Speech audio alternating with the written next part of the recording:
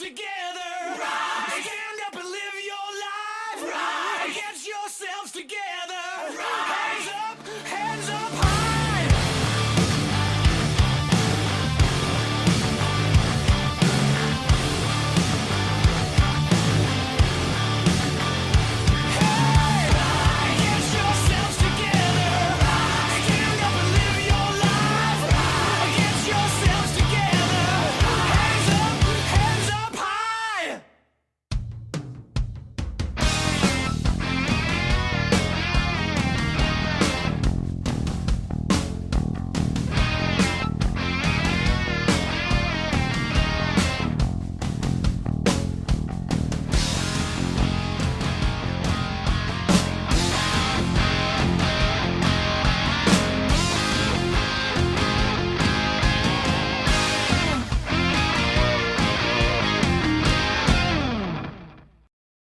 Welcome to the Husky Productions regular season recap. I'm your host, Taylor Budge.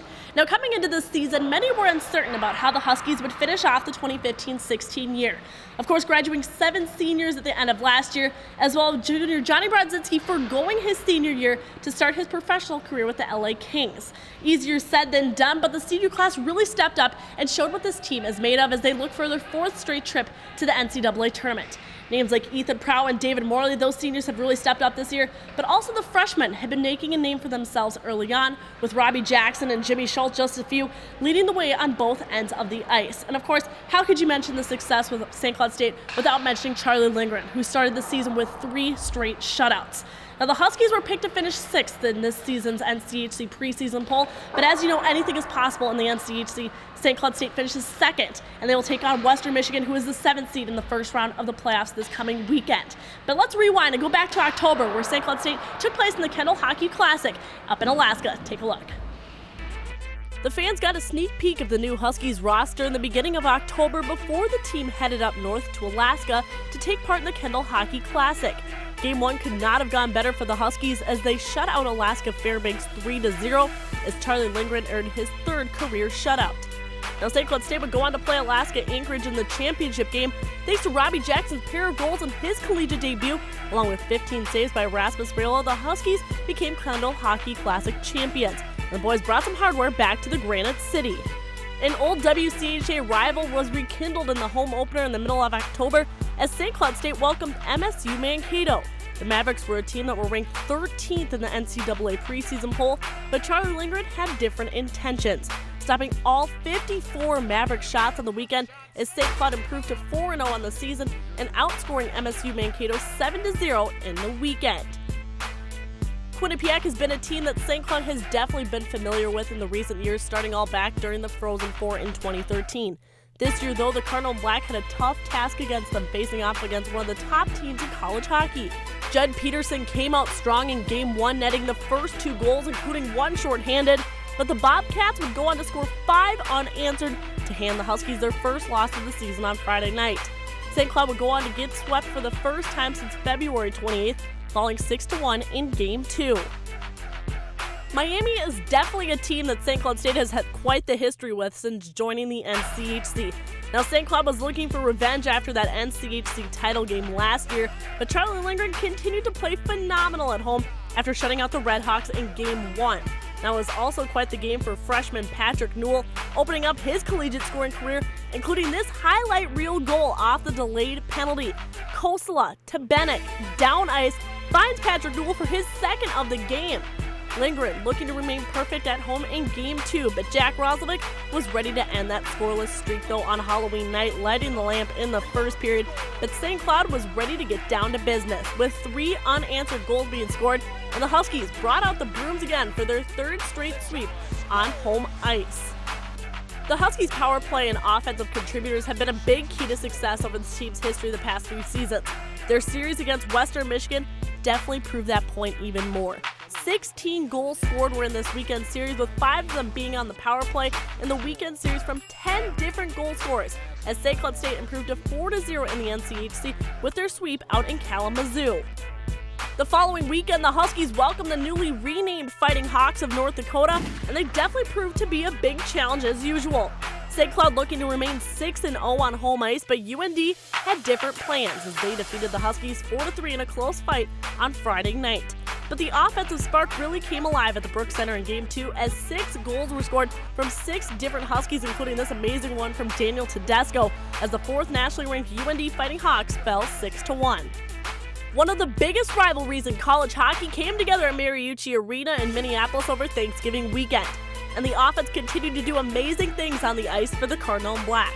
St. Cloud was in the hunt for their first ever sweep at Mariucci Arena, and in Game 1, it would be David Morley who would strike first, but the Gophers would go on to score 2 unanswered, with the Huskies trailing 2-1. But luckily, the Huskies' power play came alive. They would go 7 for 10 on the weekend with the extra man, with one coming from Jimmy Murray. But it would be Joey Bennett who would get the game winner, as the Huskies would go on to close the game 3-2, with the seniors leading the way with all goals scored. Game 2, the Huskies offense came alive once again, scoring 7 goals for the second time up to this point of the season, including a pair of goals from Blake Wienecke. Huskies would go on to have an 11-3 record in their first 14 games played through the first 2 months of play.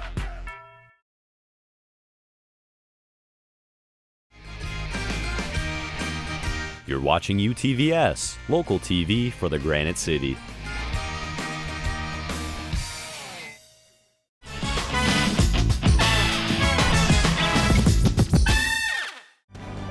UTVS News, weekdays at 5 and 6. UTVS News, weekdays at 5 and 6.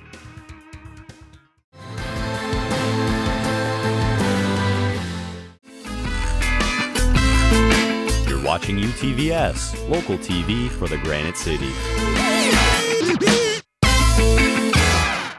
Visit utvsnews.com for all of your local news.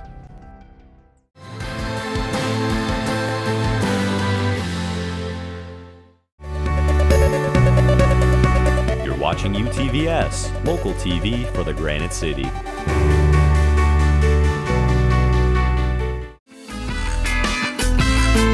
You're watching UTVS, local TV for the Granite City.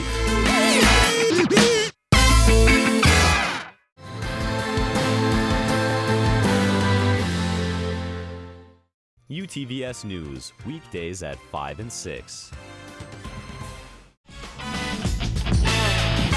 You're watching UTVS, local TV for the Granite City. Definitely a great way for the Huskies to kick off their season. Now, taking an extra look at that series against the Gophers, not only were the Cardinal Blacks 7 for 10 with the extra man, but they also earned their first sweep ever at Mariucci Arena. It definitely gave the guys a lot of confidence heading into December, Kathleen. You're right, Taylor. Like you said, first ever sweep for the Huskies at Mariucci Arena, ranking 3rd in the nation on power play and 2nd in the nation on offense. Lots of momentum and excitement, and most importantly, a lot of smiles heading into the Omaha series. Now they're taking on Omaha, a team that St. Cloud State is definitely familiar with. Last time these two teams faced off was in Omaha for the first round of the NCHC playoffs last year. Of course, St. Cloud State upsetting the Mavericks. So Omaha was looking for a little bit of revenge here at the Brooks Center. You're right, Taylor, except this time in their building. Let's take a look. After the Huskies swept the Minnesota Gophers out of their hole at Mariucci Arena, there was still business to be done as they headed back to home ice to host the Omaha Mavericks. For the Mavericks, they headed to St. Cloud to seek revenge for an unfortunate loss to the Huskies last year in the first round of playoffs. For the Huskies, they had their eyes on continuing the win streak, and they would do just that, proving to come out stronger than the Mavericks right at the get-go Friday night and would walk away with another tally to their victories. Although it wasn't over yet. Saturday night, the Mavericks would taste some sweet overdue revenge as they not only outshot the Huskies, but outscored them as well. Omaha would head back home with a 7-2 win and split the weekend series with St. Cloud State. After a wake-up call from the Omaha Mavericks, the Huskies took their talents west to face the University of Denver. Friday night, the Huskies would worry their fans back home as they trailed 2-0 in the second period before they rallied with 5 unanswered goals. Down the slot, Bennett scores! Third period, Bennick and Newell would assist to senior forward David Morley, who would complete the night with the 5th goal on the board, but also accomplish much more than that. as Morley would be the 28th player in D1 history to score 100 career points. The momentum continued into Saturday's game in Denver, when the Huskies would steal not only a 6-2 win over the Mavericks, but a series victory as well. After parting ways to spend time with their families for the holidays, the Huskies mushed back to St. Cloud to host the 5-12 Sun Devils of Arizona State. The series started with a lot of energy, as Friday night Charlie Lindgren would let a goal by only 5 minutes into the game to give the Sun Devils a lead. But it would be short-lived as St. Cloud would stick it to them, outshooting Arizona 46-24 and closing the night with a 6-1 victory.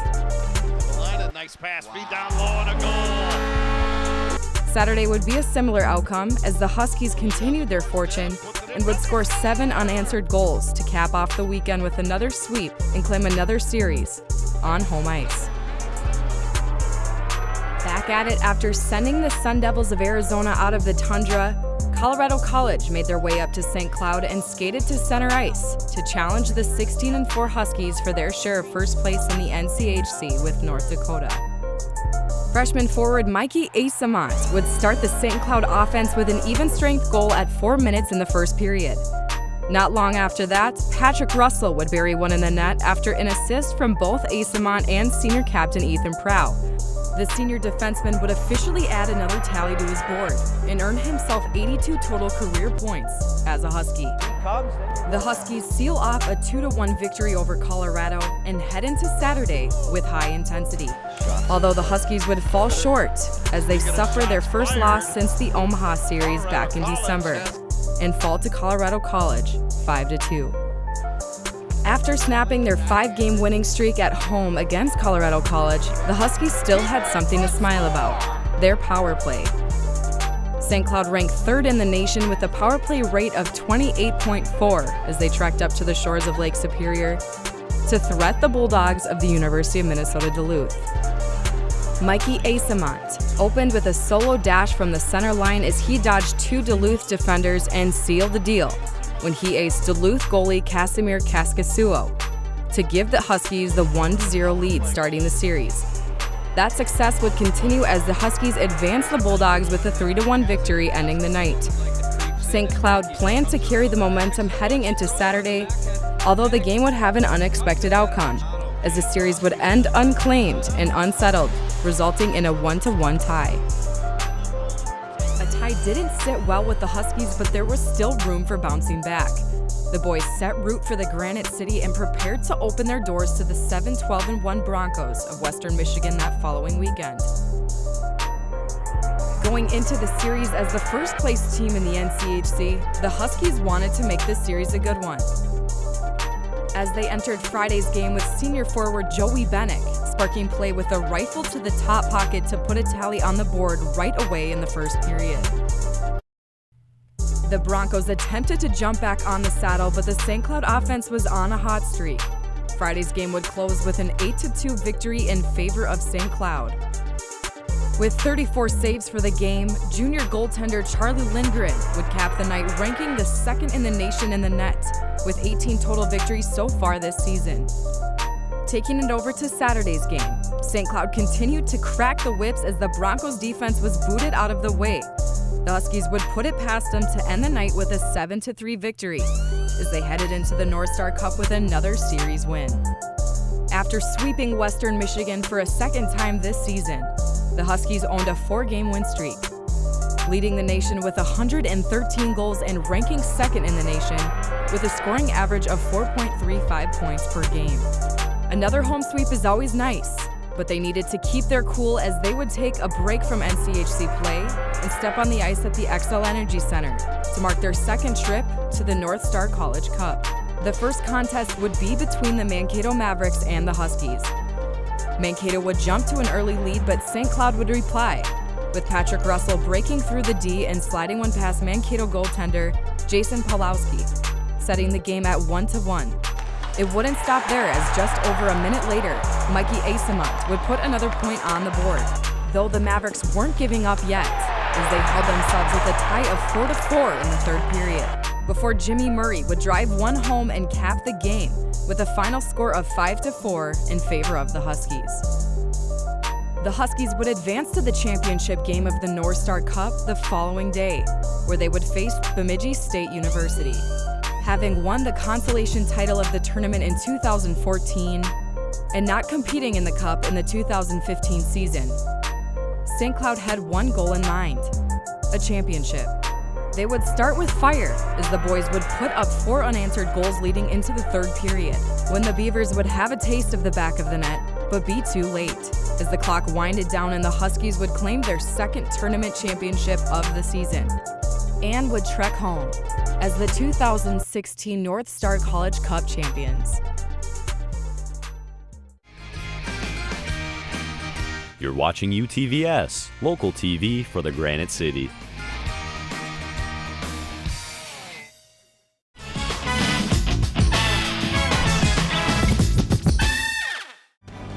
UTVS News, weekdays at 5 and 6.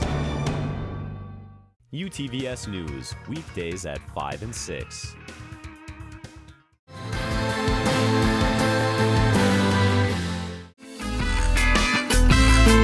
You're watching UTVS, local TV for the Granite City.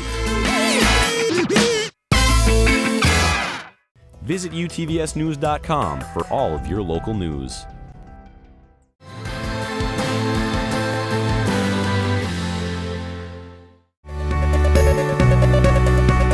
Watching UTVS, local TV for the Granite City.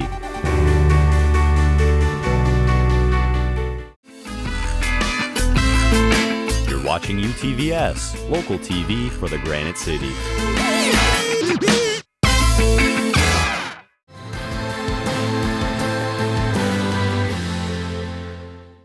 UTVS News, weekdays at 5 and 6.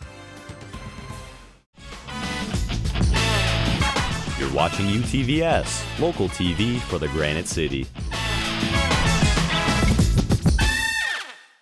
Definitely an exciting weekend for the Huskies as they clinch their first ever North Star College Cup. The team needed to rebound quickly, though, as they are back on NCHC play the following week. And now Joe Scarella joins me. Joe, the following week they took on its Miami team that they were definitely familiar with. They outscored them 6-1 here at the Brooks Center back in October. But you have to realize a lot can change in a few months. Miami really started to come alive in the second half of the season, winning big games when it was needed the most. But how did St. Cloud stick to their game, continue to do the dominant offense that they've had all season, and ultimately keep their eye on the prize and hopefully win the Penrose at the end of the season? Yeah, Taylor, you're right. And they kind of picked up a winning mentality in that North Star College Cup after they won both games. And moving forward into the rest of the season, they take on Miami. What Coach Motzko did to kind of keep some energy in that lineup was to switch up and put Winnicky in between Jackson and Benson, and that kind of created some space out there. Those three worked together well. They open up the ice, they get good opportunities, and it's worked so far for the Huskies this season. Let's see if they can keep it going as we hit the final stretch of the regular season. St. Cloud State headed to Miami to take on the Redhawks after sweeping them earlier in the season at the Herb Brooks National Hockey Center. In the first period, it was evident that the Huskies seniors would be the story as Ethan Prow went to the backhand to put the Huskies up 1-0. The seniors coming away with 6 of the 14 points on the night for St. Cloud. Charlie Lindgren also stood strong, only allowing 1 goal on 36 shots, that coming off the stick of Josh Melnick. St. Cloud State was hot on the draw all night as they came away with 36 of 69 face-off wins. The second period was the best period for the Huskies. They put 13 shots on net, 3 of those finding their way in. Russell would seal the deal late in the game as he put the Huskies up 5-1, and that's where this one would finish. The Huskies stay on a hot streak, hoping to keep the momentum into Saturday. The Huskies came up against a much bigger challenge on Saturday as Miami came out flying, but it was St. Cloud State getting up early off the stick of Jimmy Schultz. But that was about all that went right for St. Cloud as Miami would put up 3 straight. Melnick, Corrali, and Sherwood, the benefactors from the Redhawks in the second period. A huge second period for them. Russell would get one late in the second, but that's where this one would finish. The final score in Miami, 3-2 Redhawks. Both teams struggling for the power play as they were 0 for 7 on the man advantage. The Huskies, however, showing great signs on the penalty kill as they got set to head to Omaha. In Omaha, the Huskies were looking to get back to their winning ways, so Coach Motzko went with a new look line. Putting Winicky in between Jackson and Benson seemed to work. Robbie Jackson found the back of the net first for the Huskies. That line would combine for 4 points on the night. Morale would tie the game up as Lindgren couldn't hold on to that one, but later the Benson, Jackson, and Winicky line would connect again as the Huskies take their second lead of the game, and they wouldn't let go of this one as Joey Bennick would tack on 2 more. Once again, the penalty kill was a huge factor in this one as St. Cloud State took 4 penalties in the game, not allowing a single goal. The Huskies went on to take Game 1 at Baxter Arena 4-1. On Saturday, the nation's top-scoring team showed why they are so as they put an onslaught of shots and goals on the Mavericks. Once again, the Winicky, Jackson, and Benson line started the scoring for St. Cloud. That was the only goal in the first period. It wasn't 3 Husky tallies later, including a power play goal from Ethan Prow, that the Mavericks finally stopped the barrage of goals off the tape of Nogard. Later in the second period, it was Jake Gensel pulling Omaha within 1, but once again, the Huskies were bailed out by the new look line. Winicky buries a goal, and St. Cloud State would run away with this one. The Huskies would finish this one out 6-3. Coach Motzko weighed in on the depth of his team. They were outstanding, making plays again, and you know, you see it coming too. It's not a surprise for us. We've seen it coming out of that group. Jacob Benson just keeps getting better and better the second half, and Robbie's been a little snake bit. Now he's got a few points, and Wicky's been strong all year. St. Cloud State back at home after over a month on the road, hoping to take down the Bulldogs, but in the first period it was UMD coming out hot. They put up 3 quick goals on Charlie Lindgren. St. Cloud State trying to bounce back, but the story of the weekend was Kazmir Kaskasua. The goaltender for the Bulldogs stood strong on Friday, saving 59 of 60 shots as the Bulldogs pulled away, taking this one at the Herb Brooks National Hockey Center 4-1. This loss at the Brooks Center was the first one for the Huskies since January 9th against Colorado College. St. Cloud State looking for a different result on Saturday to no avail as the Bulldogs came out hot once again. Cononato putting up the first goal of the game for Duluth. Carson Kuhlman would tack on another for the Bulldogs. As the Huskies looked to strike back on the power play, it was Patrick Russell getting a nice feed across from Mikey Asamont.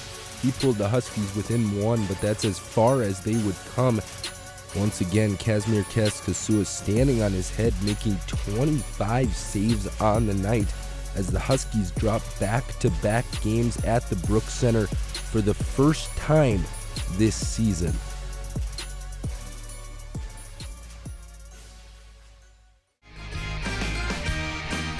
You're watching UTVS, local TV for the Granite City.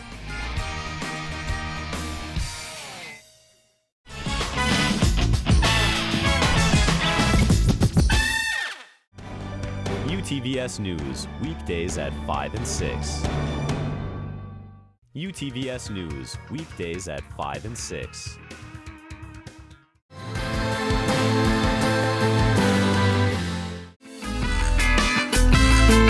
You're watching UTVS, local TV for the Granite City. Visit utvsnews.com for all of your local news.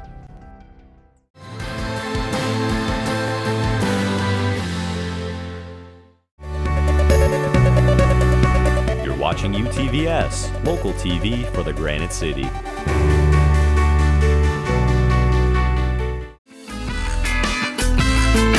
You're watching UTVS, local TV for the Granite City.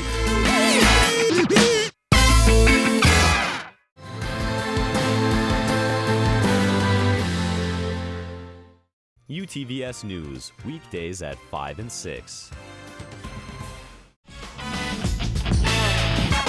You're watching UTVS, local TV for the Granite City. Crazy to believe, guys, it's already the middle of March, but that means that playoff hockey is in full swing, and it all kicks off this weekend in the first round of the NCHC tournament. But before we dive into the teams and matchups, let's rewind and take a look back at how the regular season finished off. North Dakota, of course, finishing first overall. They have the Penrose Cup for the second straight year. St. Cloud State ended up edging Denver, even though they were tied points-wise. Second-seeded St. Cloud will be taking on seventh-seeded Western Michigan here at the Brooks Center, all starting on Friday night. Now, this definitely isn't a new opponent that St. Cloud State is taking on. This will be the 5th, 6th, and potentially even 7th if it goes into Sunday times that these guys have faced off. But going back earlier to this year, St. Cloud State has beaten Western Michigan 4 times. But the bigger stat here, the bigger picture, they have outscored the Broncos 31-8 in those 4 games played. That is quite the explosive offense. 31-8, that's an unbelievable number. And if you take a look back in the first series, the Huskies put up 16 points on the board in just that series. And if you're Coach Motzko, you have to think that a higher scoring series is a better scoring series just based on the points that the Huskies have put up over Western Michigan this year. Now, Western Michigan has kind of been struggling as of late, winning only 1 game since the new beginning calendar year. You have to realize that this is playoffs and everything's on the line, so what should we be expecting for Andy Murray's team? Yeah, you're right. And in the postseason, you can throw out everything that you've thought about earlier in the year. You can forget every scheme. You have to get back to work because in this postseason, everybody comes out hot, especially we've seen in the NCHC. We saw it last year, and you have to expect to see it this year. Now, Kathleen, taking a look at the special teams, something that St. Cloud State has definitely been known for this season, especially on their power play. Now, their penalty kill is actually what got them through last weekend, scoring 4 shorthanded goals. But the power play is something that they've definitely found the spark against with the Broncos. You're right, Taylor. The power play has been key so far this season for the Huskies. 11 for 22 on the power play so far going into the series with Michigan. Lots of momentum, lots of energy. It's gonna be an interesting battle. You definitely have to be happy going 50% on your power play against the worst penalty kill in college hockey. But Joe, going back to kind of the grand scheme of things, Griffin Molino leads the team with 23 points for Western Michigan. He's their leading scorer. But let's take a look at the spread of the Huskies offense and how deep they are on all 4 lines that they have. You're right. The Huskies have 9 players over that 23-point mark that Griffin Molino is leading for Western Michigan. And as you look back into the year, the Huskies are right now the highest scoring team in the NCHC and I believe in the NCAA. And the Huskies would like to get back on track with that. They put up 11, then 5, then 11, and so and then 9 just recently against Colorado College. So they're hoping to kind of get that higher scoring game again. And definitely having Lucas Hafner in net for Western Michigan. He's kind of been struggling this year only because Andy Murray's style, balancing goaltenders, splitting the weekends. But because of injuries and because of health reasons, we've had Lucas Hafner in net for most of January now. So the Huskies are definitely familiar with his play as well. You're absolutely right. And the Huskies will look to that goaltender of Lucas Hafner. They have to try to slip some pucks past him. Lucas Hafner is the kind of guy who can stand up any night and have a huge game, and you have to expect in the playoffs that even though they won't be switching out goalie after goalie, the coach for Western Michigan is going to be looking to keep Lucas Hafner in the game, have him get on a hot streak for this weekend. Yeah, don't underestimate Western Michigan. This is a team that swept Omaha earlier in the year. We know how powerful they can be, of course, being in the Frozen Four last year. But Kathleen, taking a look at Andy Murray's style a little bit more, one of the greatest coaches in the NCAA, his mentality is really what's going to separate Western Michigan from the team that we saw earlier this year to the team we're going to see now. You're right. Western Michigan definitely has that benefit with Coach Andy Murray, plenty of years in the NHL under his belt. He knows what he's doing, and he's capable of wins. He did say period by period, game by game. He takes every game one day at a time, one game at a time. He's focused on the game that's ahead of him and not in the past. So it's going to be interesting how they put that ahead this weekend. It all comes down to this. It'll be St. Cloud State and Western Michigan puck drop on Friday at 7:37 here in St. Cloud and Saturday at 7:07. This is a best-of-3 series, so it will be played at 7:07 on Sunday. If necessary, the winner of this game will take on the winner of Denver and Omaha in the Frozen Face-Off at the Target Center next weekend. And definitely an exciting weekend is ahead here in St. Cloud. Thanks for tuning in.